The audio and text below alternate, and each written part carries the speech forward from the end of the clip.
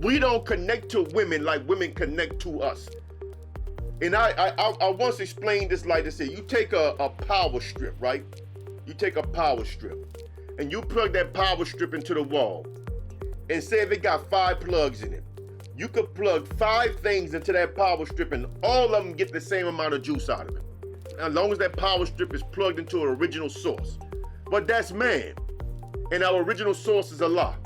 As long as a man is living righteously, as long as he's tapped into his proper nature, under the understanding of how he is created by his creator, as long as he's tapped into that original source, he can give 5 women equality with no problem.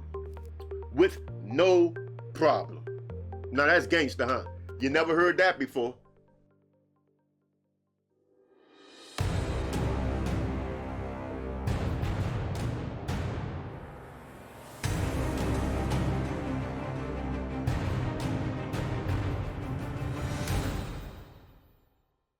You know, one of the things I'm gonna start reminding y'all of is the BRANDOLINI'S law, or the bullshit asymmetry principle.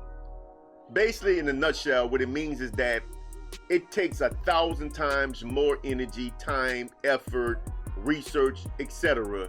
to debunk lies and misinformation that are easily created, right? That people just pull out of their butts. And this is why the person making a claim needs to prove that they are right.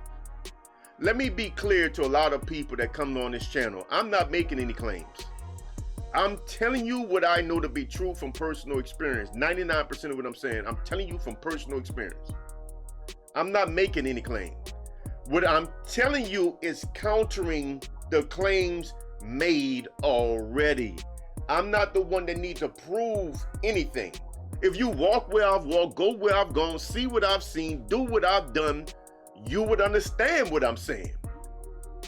But your problem is the things that you believe to be true are contradicted every day by reality. Every day by reality.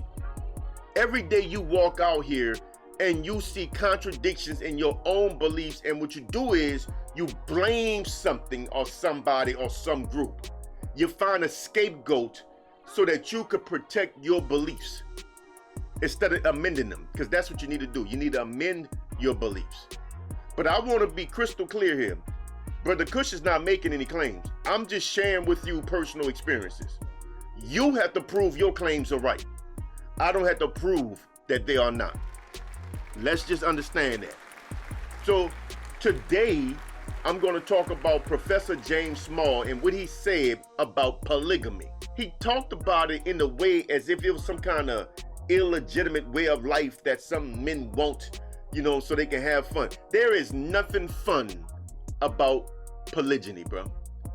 A man don't need to be married to multiple women to deal with multiple women. And all you simple-minded people that think that way should know that. When you make these women your wives, you are making a type of commitment that you don't have to make if it's just about sex. You're making a type of commitment that you don't have to make if it's about smashing and dashing. Again, you made a claim and you want me to debunk that claim. I don't need to debunk that claim. That claim is false on its face. It is self-evidently false. If either you want to look at it properly or you don't. Because you don't need to make a commitment to these women like that and call them your wives and establish businesses and have everybody's name in the bylaws, in the corporation papers and everything. You don't need to do all this. You don't need to do all that to just to sleep with different women. Come on, man. It's not about that. And listening to Professor Small say that was just insulting to all of the millions. The millions, that's why I say millions. Millions of polygynous families here in America right now. It's a disrespect and an insult to say that. But let me go to his reasons why. First of all, he attacked Islam, and I don't even want to get to that. He said Islam only establishes that the men should take the widows and orphan children of war. They should take them in. Okay, I have no problem with that. right? So what you're just asking men to do is to ensure that every decent woman has a man in a family structure. Okay, if you understand what polygyny is really about and why it's not fun for a man, because every man that has a polygynous family understands that this is not to his benefit. He is doing that for the women. Yes. First of all, women choose. And if you got a monogamous type society, the women cannot get with the man that they want if he's so-called taken already. But if you're dealing with a polygynous way of life, then the women can choose a man and the man can decide if he's going to deal with that woman, whether he has another woman already or not. Because women are most productive, they're most loyal, they're most faithful when they are with the man that they choose to be with. I ain't talking about a man that swept her off her feet and kissed her ass and bought her things and wined and dined her to get over, to win her over. I ain't talking about that.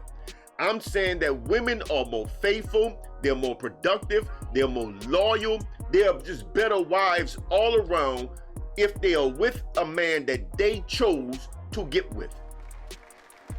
So polygyny allows women to choose the man, and then the man can decide if this woman can fit into his structure or not. Just because a woman chooses you as a man, that don't mean she's a good fit for you. And just because she chooses you, she can find out later you're not a good fit for her. So the choosing is only the first part. But if you're dealing with monogamy, a woman can't choose a man that already has a woman. But under polygyny, she can get with a man she wants. So polygyny allows every woman the opportunity to get with a man of her choosing, which will be more productive for everybody involved if she's with a man of her choosing. So it was never done to the benefit of men. But I'm gonna come back to that. The next point he tried to make, he said, well, actually I'm about to go to that point now. The second point he made was, he said what Africa did, Africa created polygyny because there's a surplus of women by nature. He said that the females outnumber men, which is true. So what Africa did, you know, you gotta always be about Africa, right?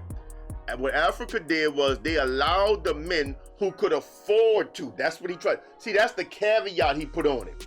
He put money on it. Although economics was what, 300 years old? 400 at the most?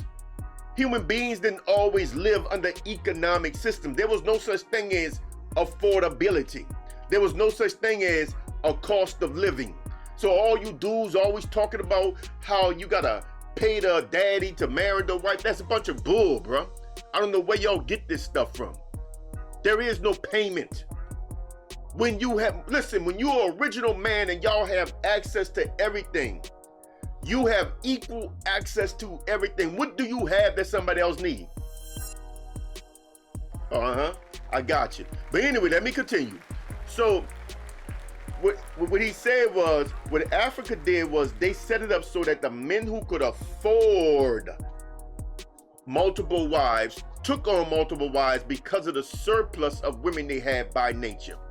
He even said because Africa wanted to ensure that every woman had equal access to a man and a family structure, which is what I just said a few minutes ago. Now, here's the thing. Do we not still have a surplus of women by nature? Yes, we do. So those conditions still exist. Do we not still have widows and orphan children? Yes, we do. So those conditions still exist. I proved my point already. I don't have to continue. I don't have to say no more.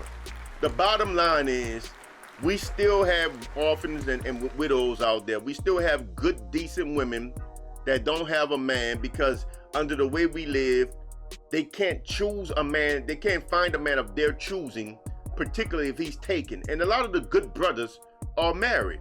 One of the things we never discuss is marriageability, right? Marriageability. You know, the kinds of men that are marriageable often are married. And look, don't get mad at me. Look, I'm sorry if my words rub a lot of y'all the wrong way. I can't do nothing about that. All I can do is give y'all some real uncut truth. You do what you will with it. The marriageable men often are married. Listen to my words. The marriageable men often are married.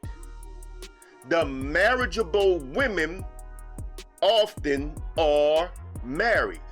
Which means, because you have a surplus of women, you have a number of marriageable women that can't find a man because they are operating under the framework of monogamy. So you have a lot of decent, good women out there that end up becoming single baby moms and all this stuff, end up becoming bitter and toxic, turned inward and joining feminism simply because they were taught that they cannot get a man that have a woman. Me personally, I've never met many women that had a problem with me having multiple women, to be honest. To be honest. Now, I'm gonna do a video talking about the sisterhood, and I'm gonna explain when the problem kicked in. See, that's another video I got posted already. I'm gonna take it down and I'm gonna repost and put another one up there because I want to start really dealing with this stuff strictly from in here. Because I've been trying to talk to y'all in general. I ain't doing that no more. I'm gonna talk to y'all strictly from in here outward. You know what I'm saying? Almost like talking to my diary. And I'm telling you, we have a lot of good women out there that don't have access to men because they are not allowed to choose the man that they want, because the marriageable men are often married. So I mean, the surplus of marriageable women, what happens to them? They get turned bitter.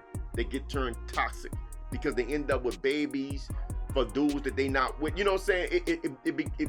It messes them up. But if they were allowed to be with the men that they choose, regardless of his so-called relationship status, then we wouldn't have this problem out here.